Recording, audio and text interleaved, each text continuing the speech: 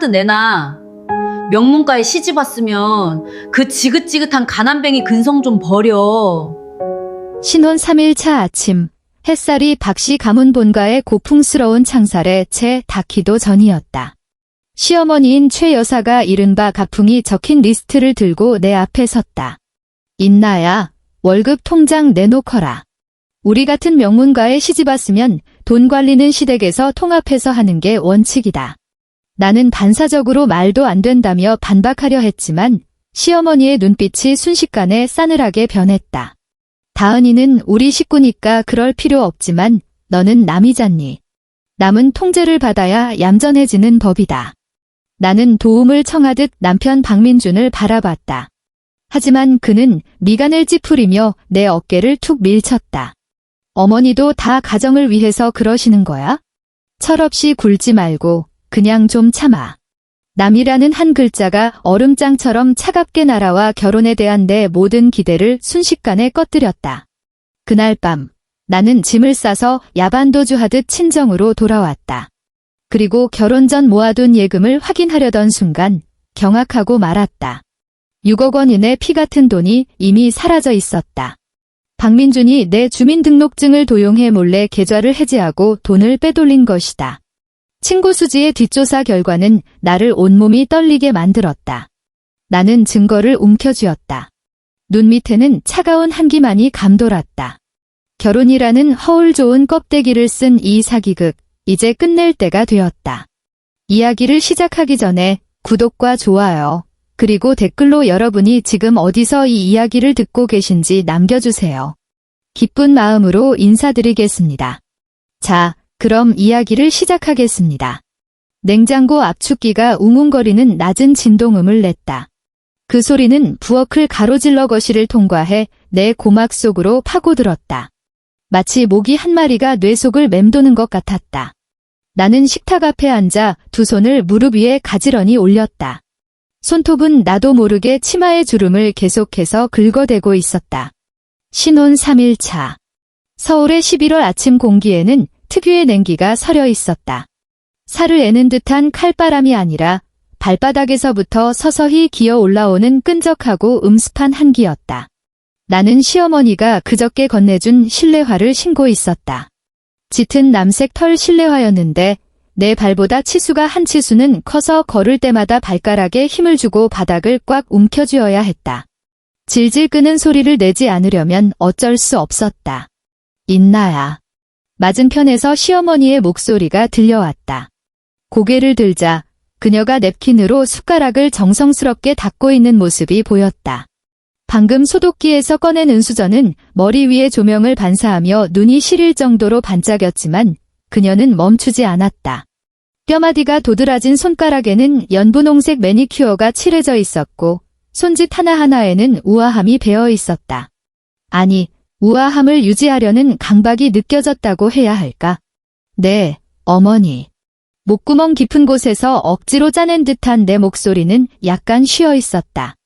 어젯밤, 민준의 옆에 누워 그의 규칙적인 숨소리를 들으며 나는 거의 한숨도 자지 못했다. 천장에 매달린 복잡한 문양의 크리스탈 샹들리에만 뚫어져라 쳐다봤다.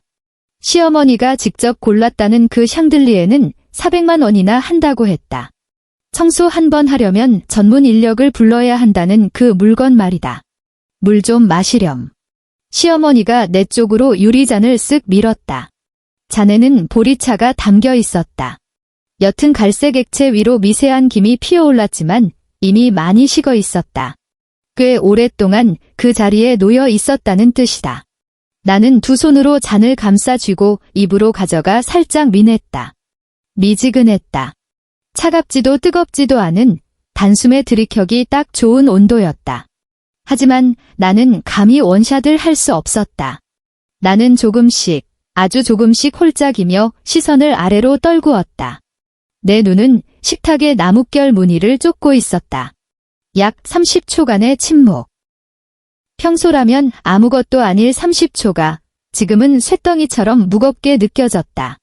그 무게가 내 어깨를, 등을, 그리고 잔뜩 긴장한 뒷목을 짓눌렀다. 시어머니의 시선이 스포트라이트처럼 내 얼굴과 손, 미세한 움직임 하나하나를 비추고 있는 게 느껴졌다. 인나야, 우리 집에는 법도가 하나 있단다. 올 것이 왔다. 무엇을 기다렸는지는 모르겠지만 그녀가 입을 떼는 순간 위장이 보이지 않는 손에 꽉 잡힌 듯 뒤틀렸다. 어떤 법도 말씀이세요, 어머니? 내 목소리는 여전히 깍듯했다. 3일 전, 아니, 처음 며느리라는 이름으로 이 문지방을 넘을 때부터 나는 내 목소리, 톤과 얼굴 근육을 통제하는 법을 배웠다. 인나야, 웃어야지. 인나야, 부드럽게. 인나야, 내가 참한 사람이라는 걸 보여줘야지. 우리 박씨 가문은 말이다. 대대로 내려오는 방식이 있어? 시어머니는 쥐고 있던 냅킨을 내려놓고 양손을 깍지 껴 식탁 위에 올렸다. 표정은 평온했다. 아니, 자애로워 보이기까지 했다. 입가에는 옅은 미소가 걸려 있었다. 며느리가 들어오면 월급 관리는 집안에서 통합해서 한단다. 순간 숨이 턱 막혔다. 월급. 널 못 믿어서 그러는 게 아니야? 시어머니는 마치 날씨 이야기를 하듯 느긋한 어조로 말을 이었다. 다 가정의 화목을 위해서란다. 요즘 젊은 애들은 돈 쓸 줄을 모르잖니? 계획 없이 이것저것 사다 보면 월말에 통장이 텅 비기 일쑤지. 내가 대신 관리해주다가 꼭 돈 쓸 일이 생기면 그때그때 내어주마. 그게 훨씬 합리적이지 않겠니? 말을 마친 그녀가 다시 웃었다. 입꼬리는 올라가고 눈은 반달처럼 휘어지는 겉보기엔 더없이 친절한 미소였다. 하지만 그 미소를 마주하고 앉은 내 등줄기에는 식은 땀이 흘렀다. 어머니, 목구멍에 손뭉치가 꽉 낀 것 같았다. 제가 무슨 말씀이신지 잘 이해가 안 가서요. 사실 이해했다. 너무나 잘 이해해서 믿고 싶지 않을 뿐이었다. 내 월급 통장 말이다. 시어머니의 목소리는 여전히 아이를 달래듯 부드러웠다. 나한테 맡기라는 거야? 매달 용돈은 챙겨주마. 생활하는 데는 부족하지 않을 거다. 우리 민준이가 벌어오는 돈도 적지 않으니 살림 걱정은 안 해도 되고. 관자놀이가 지끈거리며 뛰기 시작했다. 월급 통장을 맡겨라. 매달 용돈을 주겠다. 나는 SK그룹에서 5년째 근무 중이다. 평사원으로 입사해 지금의 팀장 자리까지 오르기 위해 얼마나 치열하게 살았는지 모른다. 기본급의 성과급, 각종 수당을 합치면 연봉이 1억 원에 육박한다. 결코 적은 돈이 아니다. 숱한 야근과 상사의 질책을 이를 악물고 버텨내며 오로지 내 능력으로 일궈낸 성과였다. 그런데 내 시어머니, 고작 3일 동안 덤원이라고 불렀던 이 여자가 지금 너무나 태연하게 그 모든 걸 내놓으라고 요구하고 있는 것이다. 어머니. 목소리가 갈라져 나왔다. 나는 보리차를 한 모금 더 마셔 목을 축였다. 요즘도 그런 경우가 있나요? 내 말이 끝나자마자 공기의 흐름이 바뀌었다. 시어머니 얼굴의 미소는 그대로였지만 온도가 뚝 떨어졌다. 마치 뜨거운 차를 한겨울 창가에 5분간 방치해 둔 것처럼 싸늘하게 식어버렸다. 무슨 뜻이니? 제 말씀은 나는 나도 모르게 치마 자락을 꽉 움켜쥐었다. 그런 건 부부가 상의해서 결정할 문제라고 생각해서요. 인나야. 시어머니가 내 이름을 불렀다. 여전히 부드러운 톤이었지만 그 속에는 본능적으로 어깨를 움츠리게 만드는 날카로운 가시가 숨겨져 있었다. 너는 이제 박씨 집안 사람이다. 이 집안의 법도를 따르는 게 당연한 도리 아니겠니? 나는 입을 다물었다. 아니면 시어머니가 고개를 갸웃하며 나를 빤히 쳐다봤다. 마치 진열대의 물건을 감정하는 듯한 눈빛이었다. 어미를 못 믿겠다는 거니? 아닙니다. 어머니. 조건반사처럼 대답이 튀어나갔다. 부정하고 변명하고 충성심을 증명하는 것, 회사에서 상사들을 대하며 수천 번도 더했던 그 처세술이 시댁 식탁 위에서도 자동으로 작동했다. 저는 그저 뭐. 시어머니는 계속 웃고 있었다.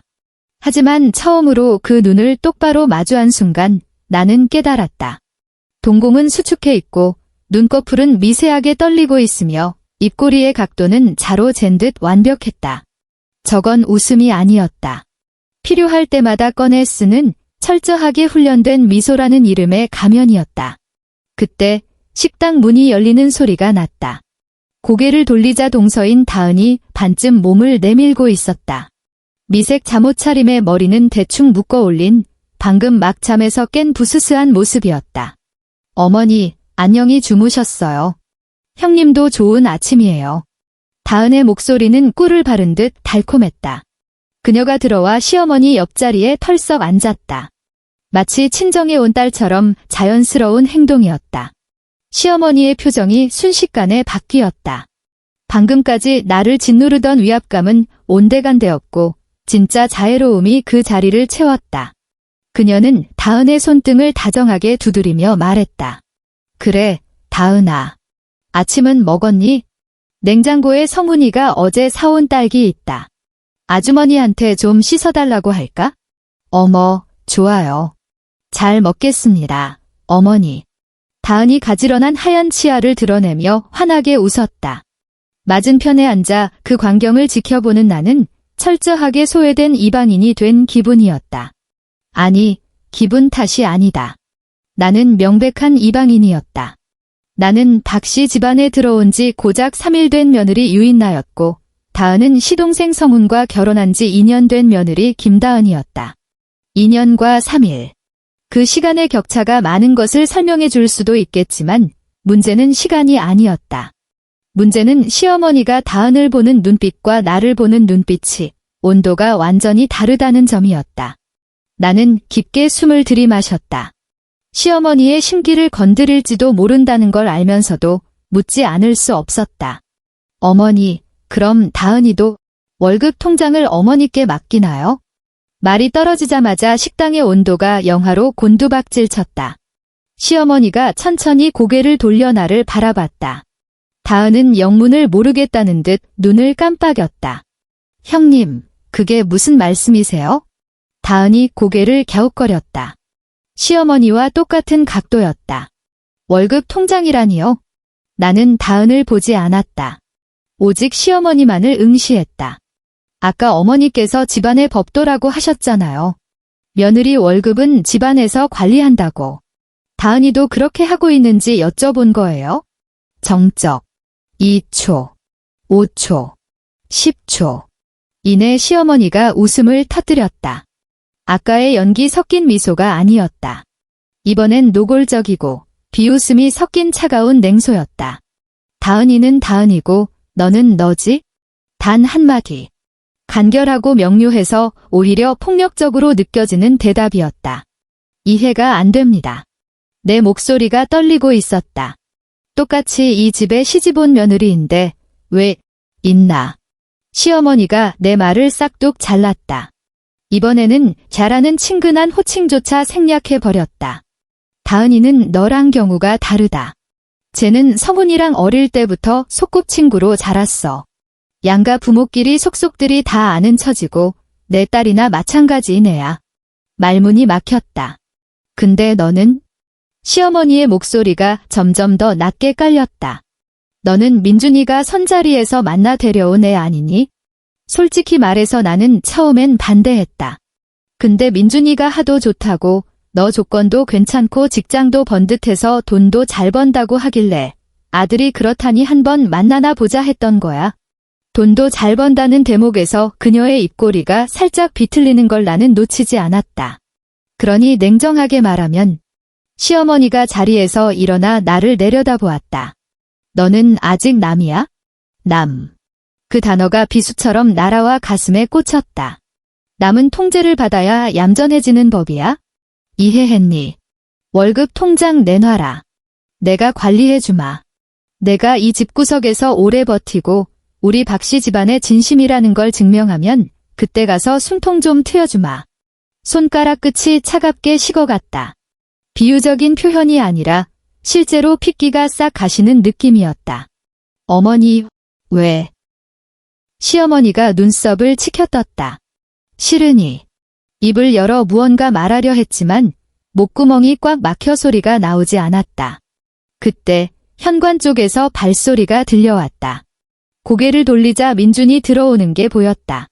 어제 내가 다림질해둔 흰 와이셔츠를 입고 머리는 말끔하게 넘긴 채였다.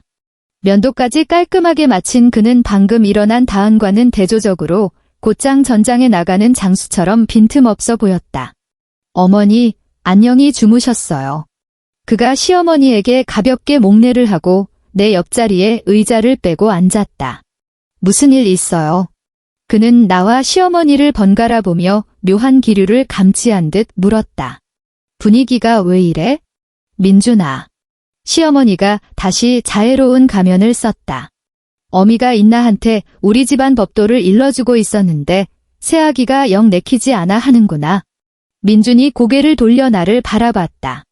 그 눈이 세상에서 가장 다정하고 깊다고 믿었던, 사랑으로 가득 차 있다고 착각했던 그 눈동자가 지금은 낯선 타인처럼 차갑게 나를 훑고 있었다. 인나야, 어머니가 말씀하시는 법도 따르기 싫어. 그의 말투는 너무나 평온했다. 마치 오늘 저녁 뭐 먹을까? 라고 묻는 것 같았다. 민준 씨, 나는 우리 집안은 대대로 그렇게 해왔어. 민준이 내 말을 끊었다. 어머니가 아버지 월급 관리하셨고 할머니가 할아버지 돈 관리하셨어. 남자가 밖에서 피땀 흘려 벌어오면 여자가 안살림하며 관리하는 거 당연한 이치 아니야? 나는 멍해졌다. 하지만 다은이는 다은이지. 민준이 미간을 찌푸렸다. 왜 자꾸 너를 다은이랑 비교해? 다은이는 상황이 다르잖아. 성훈이랑 어릴 때부터 봐왔고 우리 집이랑 사돈댁은 한 가족이나 다름없어. 근데 너는? 우리 만난 지 얼마나 됐지? 8개월. 선으로 만나 8개월. 연애 6개월 만에 결혼. 그 6개월 동안 그는 나에게 헌신적이었다. 출퇴근을 시켜주고 아침밥을 챙겨주고 생리통으로 알을 떼면 약과 핫팩을 사들고 달려오던 남자였다. 인나야, 너랑 따뜻한 가정을 꾸리고 싶어. 그 말을 들었을 때 나는 드디어 내 인생의 동반자를 만났다고 확신했었다. 그런데 지금 바로 그 남자가 내 앞에 앉아 나를 생전 처음 보는 사람 취급하고 있었다. 인나야. 민준이 한숨을 쉬었다. 그 한숨 소리에 내 마음이 천길 낭떠러지로 떨어지는 것 같았다. 가정의 평화를 위해서 그냥 좀 참아주면 안 돼? 어머니도 다 널 위해서 그러시는 거야? 내가 혼자 돈 관리하다가 낭비라도 하면 어떡해? 사기라도 당하면? 어머니가 대신 맡아주신다는데 감사해야 하는 거 아니야? 가정의 평화. 참아라. 널 위해서. 그 단어 하나하나가 바늘이 되어 내 피부를 뚫고 혈관을 타고 흘러 뼈에 박히는 것 같았다. 나는 무릎 위에 놓인 내 두 손을 내려다보았다. 손끝이 미세하게 떨리고 있었다. 인나. 민준이 짜증 섞인 목소리로 다시 불렀다. 왜 대답이 없어? 나는 고개를 들었다.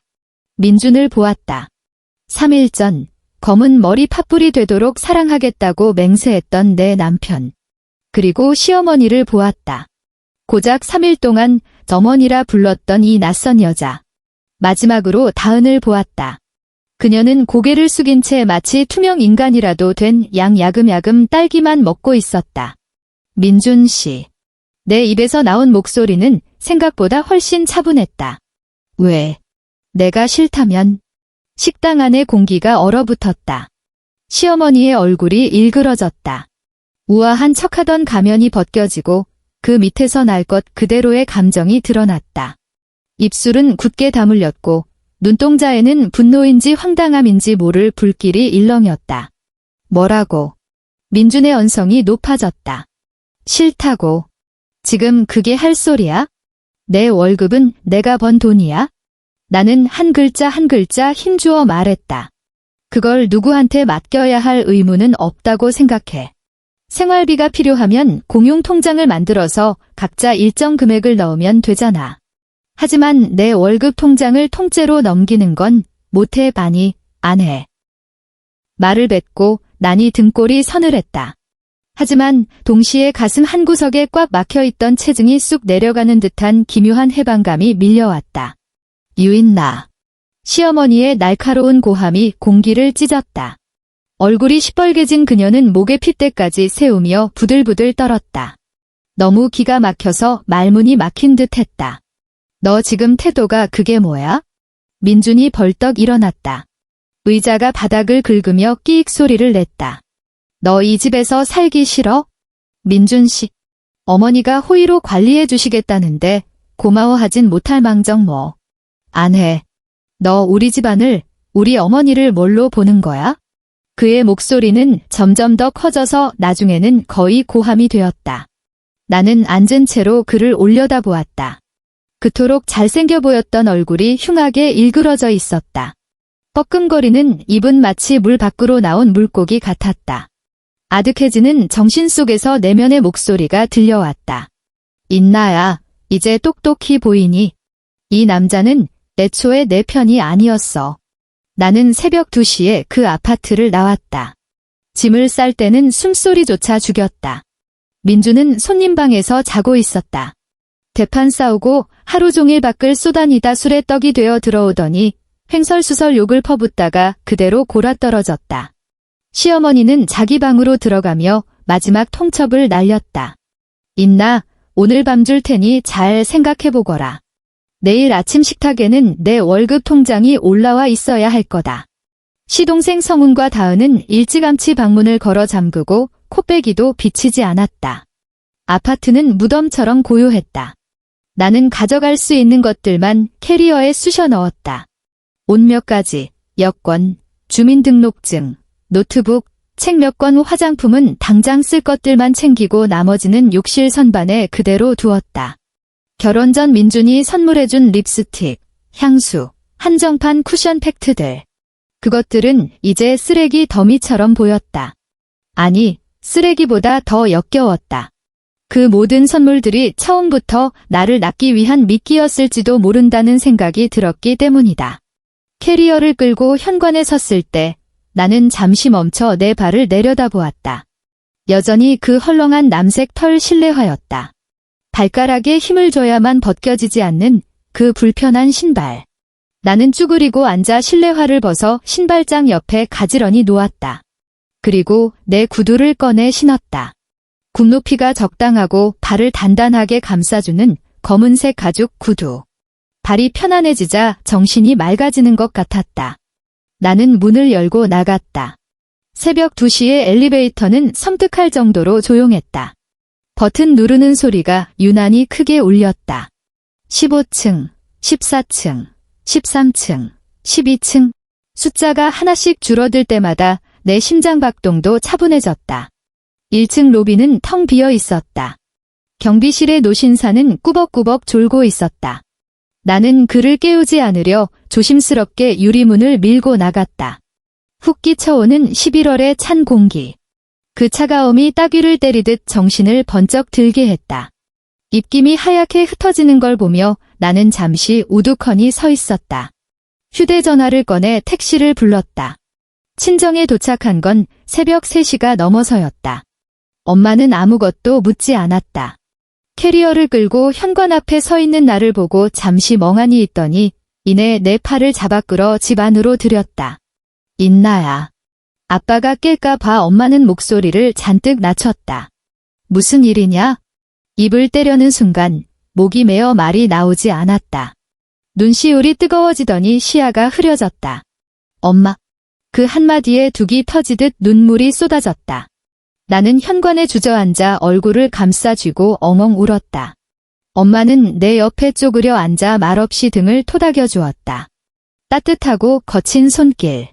젊은 시절 공장에서 일하고 식당을 운영하느라 마디마디 굵어지고 거칠어진 그 손, 하지만 내 등 위에서는 세상 그 무엇보다 부드러운 위로였다. 괜찮다, 인나야. 한참 뒤에야 엄마가 떨리는 목소리로 말했다. 왔으면 됐다. 집에 왔으면 다 괜찮아.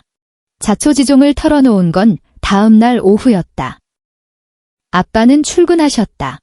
작은 무역회사 격리과에서 20년 넘게 일해오신 성실한 분이다. 월급은 많지 않아도 꼬박꼬박 가져다주는 가장이었다. 엄마는 월차를 내고 거실에 앉아 내 이야기를 들었다. 시어머니가 월급 통장을 요구했다는 대목에서 엄마의 얼굴이 굳어졌다. 민준이 나를 몰아세우며 가정의 평화 두둔했다는 부분에서는 찻잔을 쥔 엄마의 손마디가 하얗게 질렸다. 긴 이야기가 끝나고 침묵이 흘렀다. 이윽고 엄마가 입을 열었다. 인나야, 내 예금, 그거 한번 확인해봐라. 나는 멍하니 엄마를 쳐다봤다. 예금이요? 너 결혼 전에 모아둔 돈 있잖니? 6억 원 말이다. 그거 그대로 있는지 확인해봐. 6억 원. 직장 생활 5년 동안 악착같이 모은 월급과 상여금, 그리고 재테크로 불린 내 전 재산이었다. 엄마에게 자랑스럽게 말했던 기억이 났다. 엄마, 나 6억 모았어. 나중에 엄마랑 아빠 더 큰 집으로 이사시켜줄게. 그때 엄마는 눈시울을 붉히셨었다. 까마득한 옛날 일처럼 느껴졌다. 확인해 볼게요. 나는 내 옛날 방으로 들어갔다. 고등학교 졸업 후 독립했지만 엄마는 이 방을 그대로 두셨다. 침대 시트는 보송보송했고 책장에 먼지 하나 없었다. 노트북을 켜고 인터넷 뱅킹에 접속했다. 아이디와 비밀번호를 입력했다. 로딩 화면의 동그라미가 빙글빙글 돌아가는 동안 심장이 쿵쿵 뛰기 시작했다. 화면이 바뀌었다. 나는 모니터를 뚫어지라 쳐다봤다. 잔액, 영원. 뭐? 잘못 본 줄 알고 눈을 비비고 다시 봤다. 영원. 거래 내역을 클릭했다. 단 한 줄의 기록만이 남아 있었다. 2023년 11월 8일. 해지 이체. 6억 원. 받는 사람, 박민준. 손이 덜덜 떨리기 시작했다. 모니터 속의 글자들이 춤을 추듯 일렁였다. 11월 8일. 결혼식은 11월 11일이었다. 그러니까 식을 올리기 3일 전, 내가 드레스 가봉을 하고 부케를 고르며 신혼의 꿈에 부풀어 있을 때, 친구들과 신혼여행 계획을 짜며 행복해하고 있을 때, 내 예비 신랑은 내 전 재산을 훔쳐갔다. 계좌 해지. 그러려면 내 신분증이 필요하다. 기억을 더듬었다. 결혼 준비 기간, 그가 혼인신고니 뭐니 서류 처리에 필요하다며 내 신분증을 며칠 빌려갔던 적이 있었다. 나는 의심 없이 내주었다. 믿었으니까. 그 사람을 믿었으니까. 평생을 함께할 반려자라고 생각했으니까. 입을 틀어막았다. 속이 울렁거리고 위산이 역류하는 것 같았다. 인나야. 엄마가 방문 앞에 서 있었다. 왜 그러니? 안색이. 입을 열었지만 바람 빠지는 소리만 났다. 돈이, 응. 내 돈. 목소리가 사포로 문지른 듯 거칠게 나왔다. 없어요, 엄마. 6억 원이 몽땅 사라졌어요. 엄마의 얼굴에서 핏기가 썰물처럼 빠져나갔다. 창백하다 못해 잿빛으로 변한 엄마는 입만 벙긋거릴 뿐 아무 말도 하지 못했다. 거실은 무시무시할 정도로 고요했다. 냉장고 모터 돌아가는 소리만이 거대한 벌레 울음소리처럼 집안을 채우고 있었다. 그 후 3일은 어떻게 지나갔는지도 모르겠다. 낮에는 침대에 앉아 창밖만 바라봤다. 하늘 색깔이 회색에서 파란색, 주황색, 그리고 검은색으로 변하는 걸 멍하니 지켜봤다. 엄마는 미역국이나 따뜻한 우유를 들고 들어왔다가 말없이 다시 나가곤 했다. 밤에는 잠을 잘 수가 없었다. 윗집 사람들의 발소리가 쿵쿵 내 머리를 짓밟은 것 같았다. 휴대전화는 쉴 새 없이 울렸다. 민준의 전화, 문자. 시어머니의 전화, 문자. 시스템이 메시지 알림을 띄웠다. 인나야, 집에 들어와서 얘기해. 우리 대화로 풀자. 또 다른 메시지가 도착했다. 이렇게 말도 없이 나가는 건 예의가 아니다. 어머니가 많이 상심하셨어. 그리고 또 하나. 너 정말 너무한 거 아니니? 부모님 생각은 안 해? 유인나, 너 대체 뭘 어쩌자는 거야? 나는 아무것도 받지 않았다. 답장도 하지 않았다. 화면이 켜졌다 꺼지는 걸 보며 나는 생각했다. 나는 지금 껍데기만 남았구나. 알맹이는 다 파먹히고 가죽만 남았구나. 4일째 되는 날, 친구 수지가 찾아왔다. 수지는 기업 전문 조사 회사에서 일한다. 사람 뒤를 캐고 자금 흐름을 추적하는 게 그녀의 일이다. 고등학교 때부터 내 모든 걸 알고 있는 유일한 친구. 인나야. 수지가 침대에 걸터 앉아 내 얼굴을 살폈다. 꼬리 이게 뭐냐? 나는 억지로 입꼬리를 올렸다. 수지야, 부탁 하나만 하자. 뭔데? 나는 베개 밑에서 종이 몇 장을 꺼냈다. 은행 거래 내역서와 민준의 신상 정보가 담긴 서류였다. 이 6억 원, 어디로 흘러갔는지 좀 알아봐줘. 종이를 받아든 수지의 눈빛이 날카롭게 빛났다. 6억이라니 그 미친놈이 정말 그랬다고? 할 수 있냐 없냐의 문제가 아니야? 내 목소리는 너무나 차분했다. 마치 남의 이야기를 하는 것처럼. 이미 저질렀다는 게 문제지. 수지는 잠시 침묵했다. 이내 그녀가 고개를 끄덕이며 종이들을 가방에 챙겨 넣었다. 3일만 줘. 3일 뒤 수지가 다시 찾아왔다. 이번에는 지난번보다 안색이 더 안 좋았다.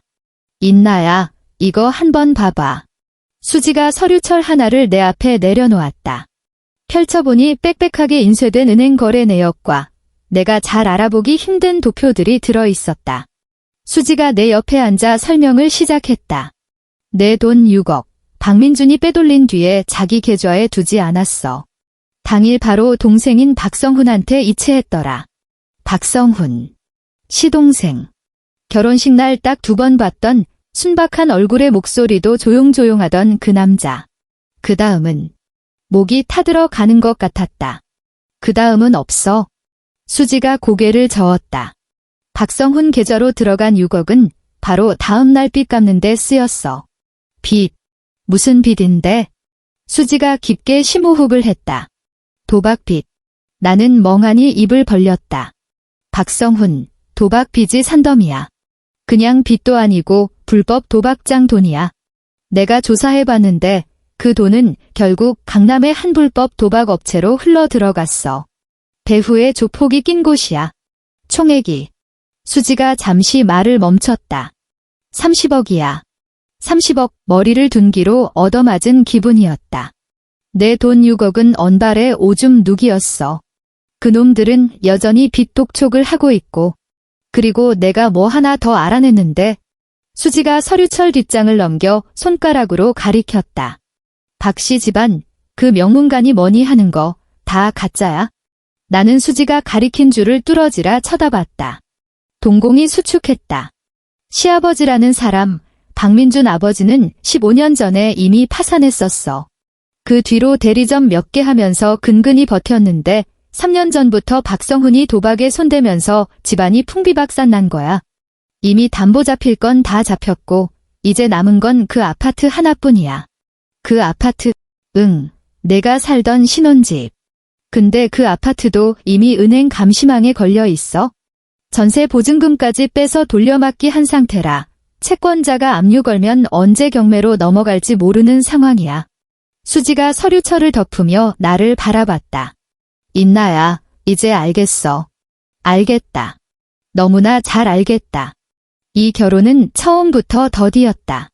그들은 고액 연봉을 받는 현금 인출기가 필요했고 끊임없이 현금을 공급해줄 여자가 필요했고 사랑이라는 말에 속아 넘어갈 멍청한 호구가 필요했던 것이다. 그리고 내가 그 덫에 완벽하게 걸려든 것이었다. 소위 말하는 그 가풍이라는 것. 이 사이로 목소리가 새어나왔다. 월급 통장 내놓으라는 거, 그건 2단계 계획이었던 거야? 그렇겠지? 아마 원래 계획은 내가 매달 벌어오는 돈을 족족 갖다 바치게 해서 그 밑 빠진 독을 채우려는 거였을 거야. 내가 말을 안 들어서 다행이네. 그래, 덕분에 의도치 않게 탈출한 셈이지. 수지가 안쓰러운 눈빛으로 나를 보았다. 인나야, 이제 어떡할 거야? 나는 바로 대답하지 않았다. 고개를 숙이고 손에 들린 서류철을 내려다보았다. 차가운 숫자들, 복잡한 입출금 내역, 흑백의 인쇄용지가 천근만근 무겁게 느껴졌다. 어떡하지? 나는 고개를 들어 창밖을 보았다. 서울의 하늘은 여전히 잿빛이었고 11월의 칼바람이 창문을 덜컹거리게 했다. 멀리 보이는 고층 빌딩들이 미세먼지 속에 흐릿하게 서 있었다. 마치 초점이 나간 사진처럼. 이내 내 입에서 단호한 목소리가 흘러나왔다. 돈, 되찾을 거야. 수지가 눈썹을 치켜 올렸다.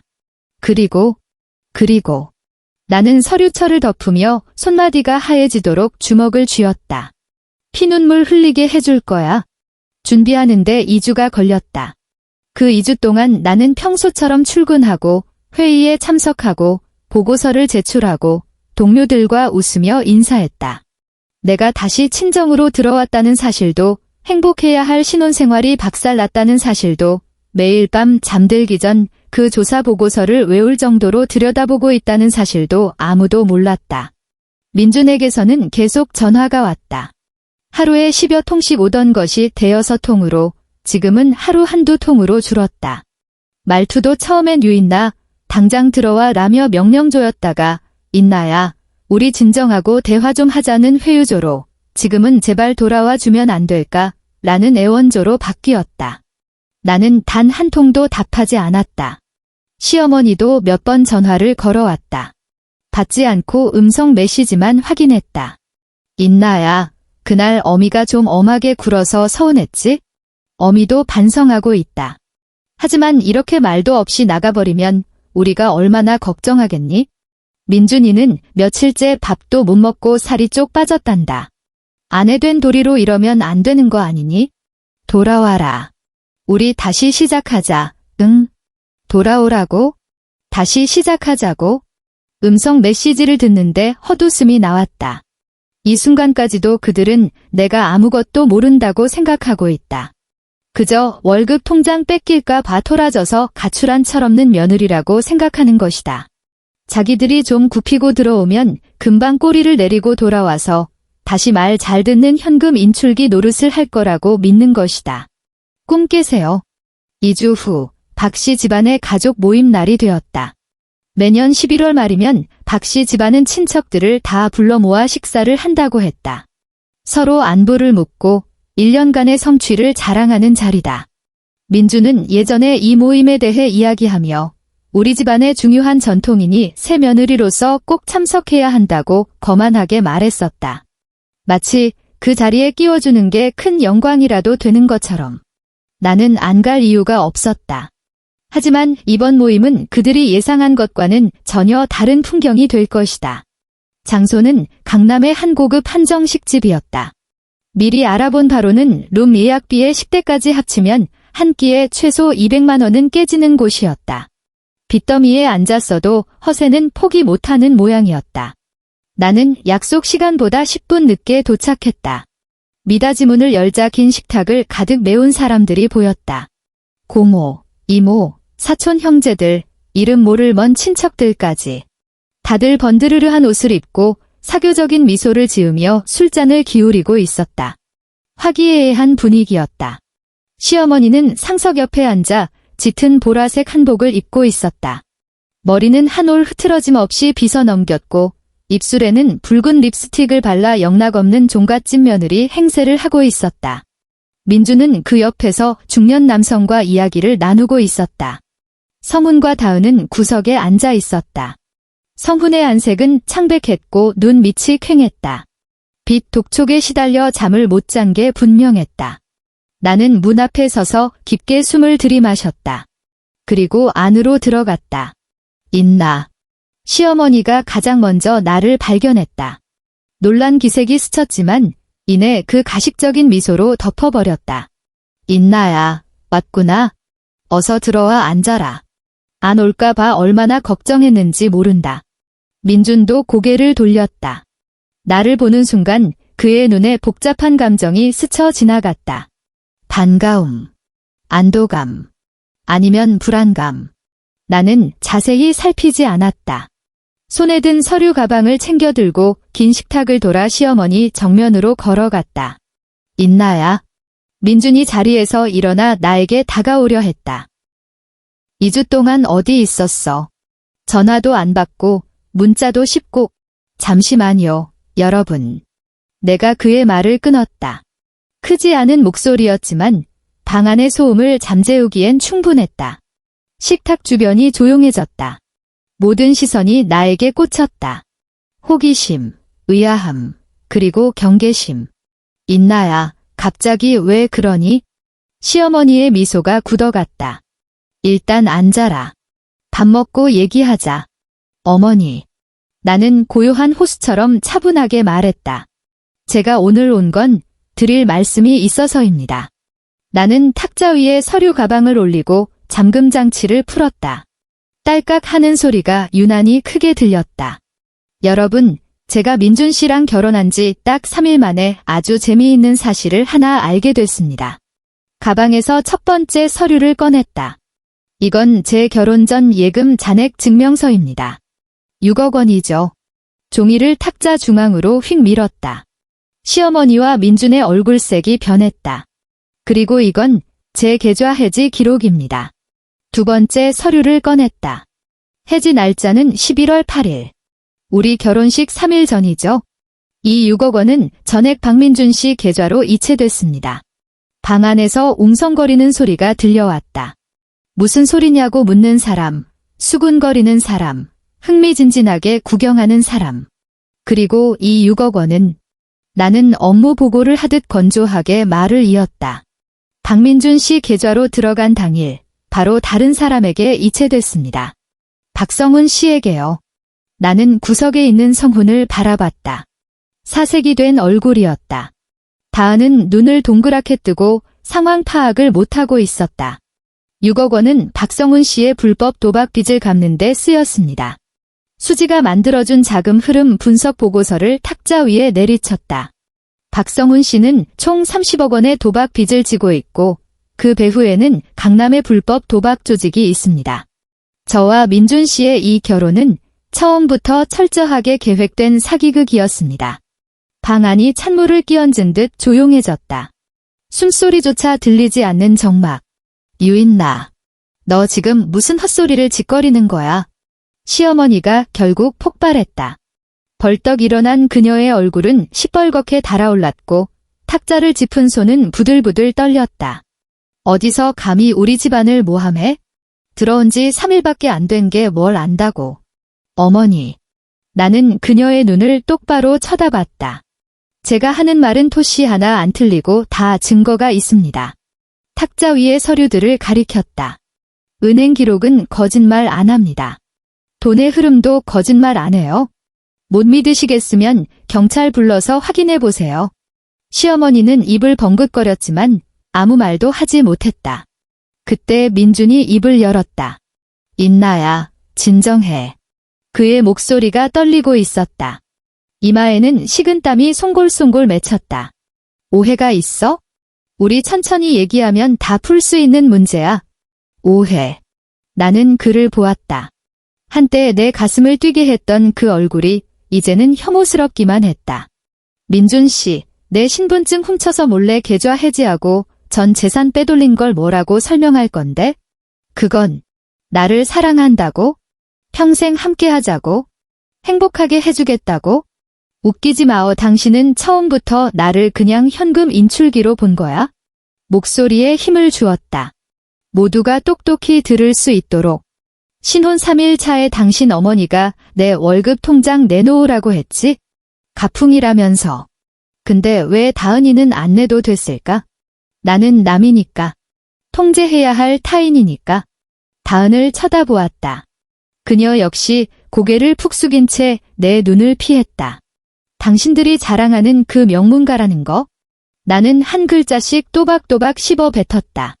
빚더미에 앉아서 언제 무너질지 모르는 빈 껍데기잖아. 나를 며느리로 들인 건 민준 씨가 나를 사랑해서가 아니야.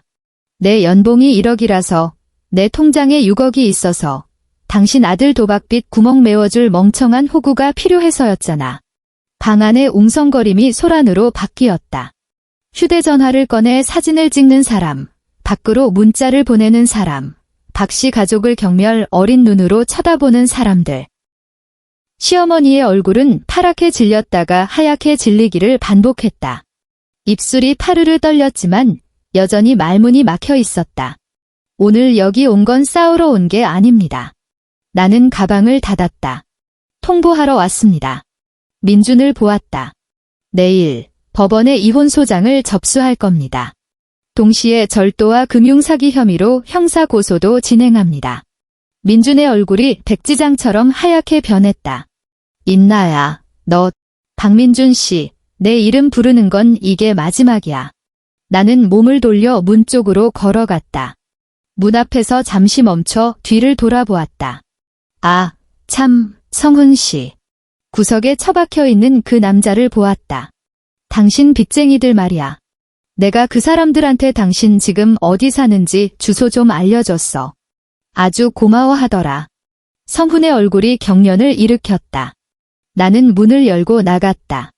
등 뒤에서 비명과 고함, 울음소리가 뒤섞인 아수라장이 펼쳐졌지만 나는 뒤돌아보지 않았다. 식당 복도를 걸어가는 내 발걸음은 어느 때보다 단단했다.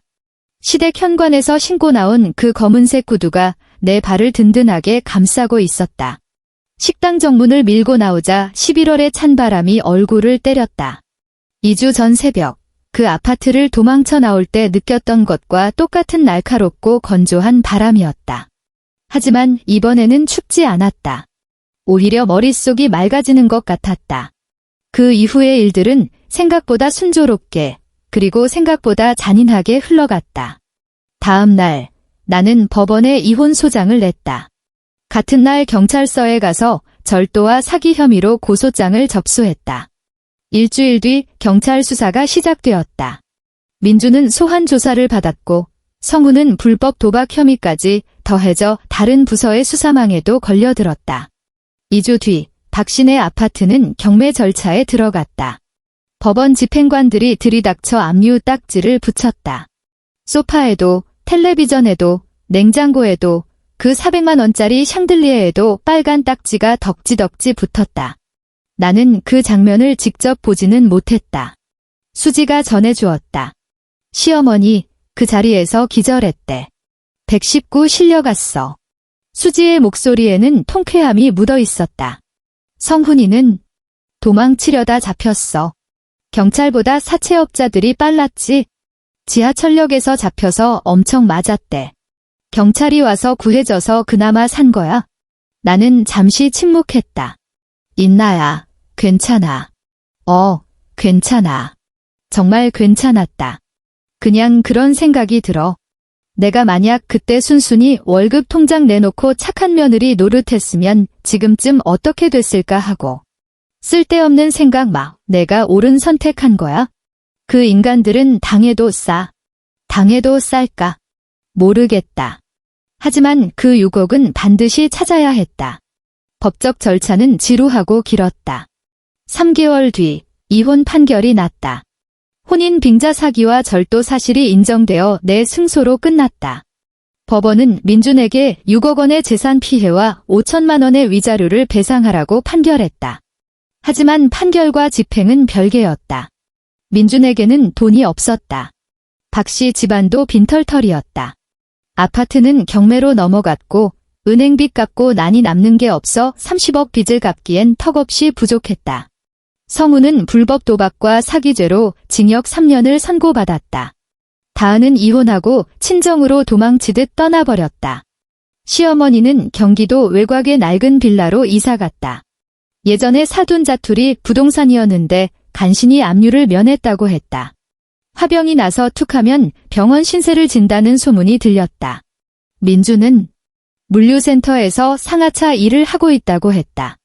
수지가 어디서 구했는지 사진 한 장을 보내줬다. 남색 조끼를 입고 헝클어진 머리에 수염이 덥수룩한 민준이 짐을 나르고 있는 사진이었다. 명문가 자제라며 떵떵거리던 그 남자의 말로였다. 사진을 한참 들여다보았다. 복수의 쾌감 같은 건 없었다. 그저 씁쓸하고 허무할 뿐이었다. 6개월 뒤 돈을 일부 돌려받았다. 법적 절차와 추징, 그리고 수지의 능력 덕분에 4억 정도는 건졌다. 나머지 2억은 도박판이라는 블랙홀로 사라져 영영 찾을 수 없게 되었다. 하지만 괜찮았다. 그 6억은 내 5년의 청춘과 피땀이었지만 만약 그 지옥 같은 결혼 생활을 유지했다면 나는 돈보다 더 소중한 것들을 잃었을 것이다. 자존감, 자유, 그리고 나라는 사람의 가치. 그렇게 생각하면 2억은 수업료치고는 낼 만했다. 1년 뒤 나는 회사를 그만뒀다. 일이 싫어서가 아니었다. 오히려 그 해의 부장으로 승진했고 연봉도 올랐다. 하지만 다른 가능성을 시험해보고 싶었다. 되찾은 돈과 퇴직금을 합쳐 홍대 근처에 작은 사무실을 냈다. 금융사기나 가정 내 재산 분쟁을 겪는 여성들을 돕는 재무상담소였다. 이름은 새출발 재무상담소. 수지가 나의 첫 번째 파트너가 되었다. 인나야, 진짜 이거 할 거야? 돈 되는 장사는 아닌데? 계약서에 도장을 찍기 전 수지가 물었다. 알아. 그리고 적도 많이 생길 거야? 그것도 알아. 수지는 나를 빤히 쳐다보더니 피식 웃었다. 그래, 하자 까짓것. 개업식 날 부모님이 오셨다. 엄마는 간판을 한참 올려다보시더니 눈시울을 붉히셨다. 인나야, 엄마는 내가 정말 자랑스럽다. 나는 엄마의 손을 꼭 잡았다. 고마워, 엄마. 1년 전 내 등을 토닥여주던 그 따뜻하고 거친 손 하지만 그 손을 잡고 있는 나는 이제 예전의 유인나가 아니었다. 2년 뒤 업계 세미나에서 한 남자를 만났다. 정우빈. 로펌의 시니어 파트너 변호사였고 주로 가사 소송과 재산 분쟁을 담당했다. 처음 만난 건 커피 브레이크 시간이었다. 안녕하세요. 큰 키에 금속 태안경, 짙은 회색 정장을 입은 그가 정중하게 인사했다. 안녕하세요. 나도 가볍게 목례했다. 그게 첫 만남이었다. 그 후로도 종종 마주쳤다. 그는 내 사업에 관심이 많았다. 로펌 업무와 연계할 부분이 많았기 때문이다. 우리는 자연스럽게 가까워졌다. 그는 처음부터 뜨겁게 다가오는 사람은 아니었다. 적당한 거리를 유지하며 예의를 지켰고 상대를 배려하는 게 몸에 밴 사람이었다. 첫 식사는 그가 제안했다. 유 대표님, 식사 한번 하시죠. 업무 제휴건으로 의논 드릴 게 있습니다. 나는 좋다고 했다. 평범한 비즈니스 미팅이었다. 계산은 그가 했고 나는 굳이 말리지 않았다. 두 번째 식사는 내가 제안했다. 정 변호사님, 지난번 제안서 검토해봤는데 의논할 게 좀 있어서요. 그날은 조금 더 편안했다. 일 이야기를 끝내고 사적인 대화가 오갔다. 대구에서 자라 서울대 법대를 나오고 변호사 생활 12년 차라는 그의 이야기를 들으며 나는 가끔 고개를 끄덕이고 질문을 던졌다. 헤어질 무렵 그가 말했다. 유 대표님, 편하게 우빈 씨라고 불러주세요. 나는 잠시 멈칫했다가 웃으며 대답했다. 그럼 저도 인나 씨라고 불러주세요. 그가 환하게 웃었다. 그렇게 무장 해제된 웃음은 처음이었다. 우리가 연인이 된 건 그로부터 1년 반이 지나서였다. 거창한 고백도 요란한 이벤트도 없었다. 어느 날 저녁 식사를 하고 나를 바래다 주던 길, 아파트 입구에서 그가 멈춰섰다. 인나 씨. 네. 제가 조금 더 천천히 다가가도 될까요? 나는 그를 바라보았다. 밤바람에 헝클어진 머리카락을 정리하지도 않고 그는 나를 응시하고 있었다. 민준에게서는 한 번도 본 적 없는 눈빛이었다. 존중, 인내, 그리고 내가 싫다면 나는 한 발 물러서서 기다리겠다는 배려. 나는 대답 대신 발뒤꿈치를 들어 그의 입술에 가볍게 입을 맞췄다. 아주 짧은 순간이었지만 그걸로 충분했다. 3년 뒤 우리는 결혼했다. 이번에는 호텔 결혼식도 수백 명의 하객도 없었다. 가까운 지인과 가족들만 초대해 홍대의 작은 레스토랑에서 파티를 열었다. 부모님도 오셨고 수지는 내 들러리를 서줬다. 우빈 씨의 부모님도 오셨다. 처음 뵈었을 때 내 손을 잡고 인나야, 이제 우리 딸 하자라고 말씀하셨던 두 분. 그때 나는 알았다. 정상적이고 건강하며 서로 존중하는 가족이란 이런 것이구나. 신혼집은 마포의 작은 아파트였다. 방 2개짜리, 둘이 살기에 딱 좋은 크기. 우빈 씨는 요리를 잘했다. 가끔 이벤트성으로 하는 요리가 아니라 매일 밥상을 차리는 생활 요리였다. 아침에는 미역국을 끓여주고 주말이면 새로운 메뉴를 개발하겠다며 부엌을 어지럽혔다. 인나 씨, 간 좀 봐줄래요? 기대감 어린 눈으로 접시를 내미는 그를 보며 나는 웃음이 터졌다. 좀 짜요. 아, 소금 조절 실패했네. 머쓱하게 웃는 그가 참 좋았다. 민준처럼 화려한 말발은 없지만 행동으로 보여주는 사람. 나를 도구가 아닌 온전한 인격체로 대해주는 사람. 가끔 잠이 오지 않는 밤이면 옆에서 새끈거리며 잠든 남편의 숨소리를 들으며 옛일들을 떠올린다. 새벽 2시 캐리어를 끌고 도망치던 밤. 박씨 집안을 발칵 뒤집어 놓았던 그날의 폭로. 차가운 숫자들과 숨막히던 조사 기록들. 그리고 사랑만 있으면 다 될 줄 알았던 어리석지만 순수했던 과거의 유인나. 그 유인나는 이제 없다.